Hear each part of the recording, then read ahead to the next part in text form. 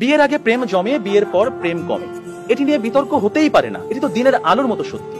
কারণ প্রেম হয় প্রেমিকার সাথে, বউয়ের সাথে হয় সংসার। প্রেমিকাকে আদর করে বউ বলে ডাকা যায়, তাকে লোকের কাছে বউ বলে পরিচয় করিয়ে দেওয়া যায়।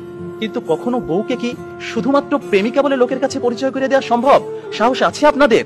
সর্বনাশ হয়ে যাবে, ভাত বন্ধ হয়ে যাবে। সুতরাং বিয়ে নামক একটি ঘটনার পর প্রেমিকাই থাকে না। যেখানে প্রেমিকাই থাকে না, সেখানে প্রেম জমবে কিভাবে? সেখানে প্রেম কমবে, প্রেম হারিয়ে যাবে। আবার প্রেমিকের দেয়া 2 পয়সার আলতা, কাঁচের চুড়ি কিংবা সস্তায় কেনা শাড়ি, এগুলো প্রেমের সময় প্রেমিকার কাছে থাকে আদরের, থাকে ভালোবাসার, থাকে যত্নের। কিন্তু বিয়ের পর বউয়ের কাছে এগুলো হয়ে যায় চোখের বিষ। একজন সত্যিকারের প্রেমিকের প্রেমের উপন্যাসে বিয়েই কখনো শেষ পৃষ্ঠা হয় না।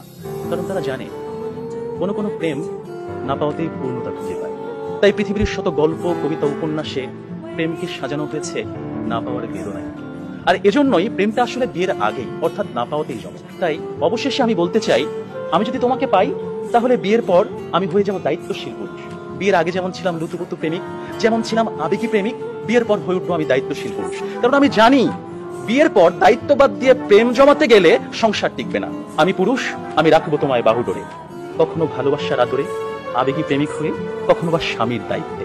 যেভাবে কবি বলেছেন, সাজিয়ে গুছিয়ে তবুও ঠিক কাব্য করে বলা গেল না, এজন্ম তো কেটেই গেল অসম্ভবের